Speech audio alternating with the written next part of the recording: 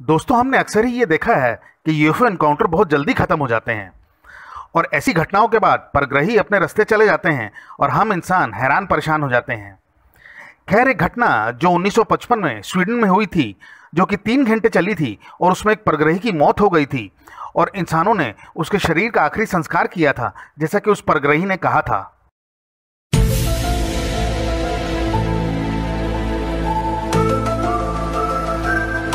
यूएफोलॉजिस्ट John Fontaine के एक article humanoid dies in Sweden के अनुसार, स्वीडन में एक यूएफओ कॉन्फ्रेंस के दौरान एक दिन जब वो एक लेक्चर देख रहे थे तो दर्शकों में से एक लगभग 60 साल के एक आदमी ने उनका ध्यान खींचा। जब लेक्चर में एलियंस की बात आई तो वो शख्स ज़्यादा ध्यान से सुनने लगा। लेक्चर खत्म होने के बाद जब फोंटेन उस व्यक्ति के पास पहुंचे और अपना परिचय दिया तो बातचीत शुरू हुई।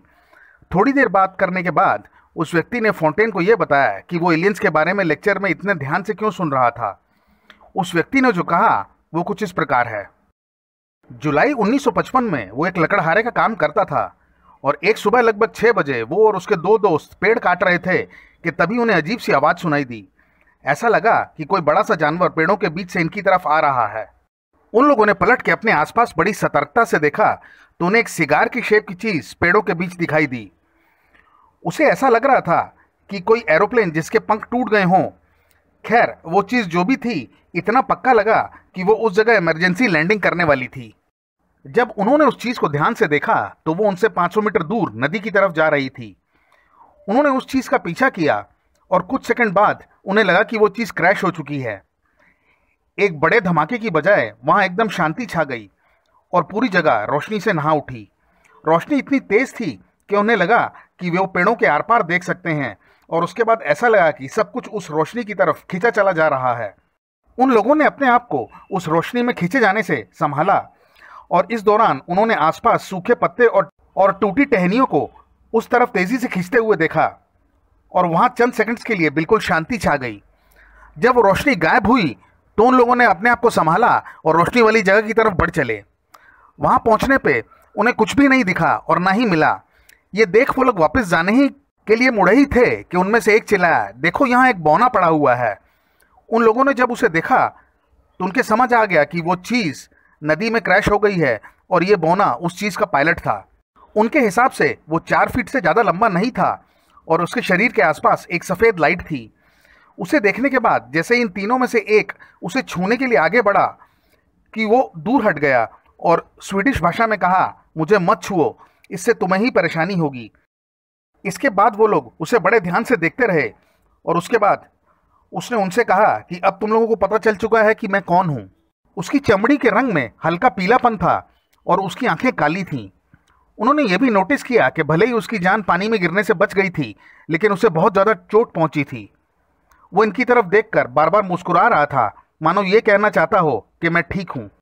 इन्होंने देखा कि उसके पाँव में जो जूते थे वो काफ़ी तेज़ी से वाइब्रेट कर रहे थे और उन्होंने सोचा कि ये जूते उसे आगे और पीछे बिना चले ले जाते होंगे।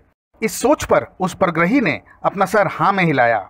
उसकी कमर में एक बेल्ट भी थी जिसका कि बक्कल बहुत ज़्यादा बड़ा था और वो चमक रहा था। इसके बाद उसने इनसे कहा कि वो कुछ ही देर का मेहमान है और ये कहने के बाद उसने एक छोटा सा लाल रिमोट निकाला जिसमें सुनहरे बटन थे और उनमें से कुछ बटन दबाकर उसे अपने से कुछ दूर फेंक दिया। जैसे ही उसे लगा कि इन तीनों में से कोई जाकर उसे उठाएगा तो उसने कहा कि उस चीज़ को ना छुएं और वो उसने इसलिए फेंकी है कि उसके लोग उसे ढूंढते हुए वहां ना पहुंच जाएं। इन्होंने देखा कि उसे काफ़ी दर्द हो रहा था और वो कभी कभी अपने दोनों हाथ अपनी छाती पर रख लेता था। इस व्यक्ति ने थोड़ी देर बाद देखा कि उसके दोनों साथी वापस जंगल में जा चुके थे और उसे ऐसा लगा कि ये ख्याल उन दोनों के दिमाग में परग्रही ने ही डाला था। उन दोनों के जाने के बाद उसमें और उस परग्रही में लगभग 2 घंटे बात हुई, जिसमें से काफ़ी सारी बातें उस व्यक्ति ने फोंटेन को नहीं बताई। बातचीत के बाद उस परग्रही ने उस व्यक्ति को एक चमकदार झोला दिया और कहा कि उसके मर जाने के बाद वो तीनों उसे इस झोले में डालकर पानी में बहा दें। इसके साथ ही उसने ये भी कहा कि इस चीज़ के बाद वो अच्छी तरह से अपने हाथ पांव धो लें, नहीं तो वो बीमार पड़ जाएंगे। इन बातों के बाद उसने ये देखा कि परग्रही की सांसें तेज हो गई थीं और उसके शरीर से निकलने वाली लाइट भी बहुत फीकी पड़ रही थी।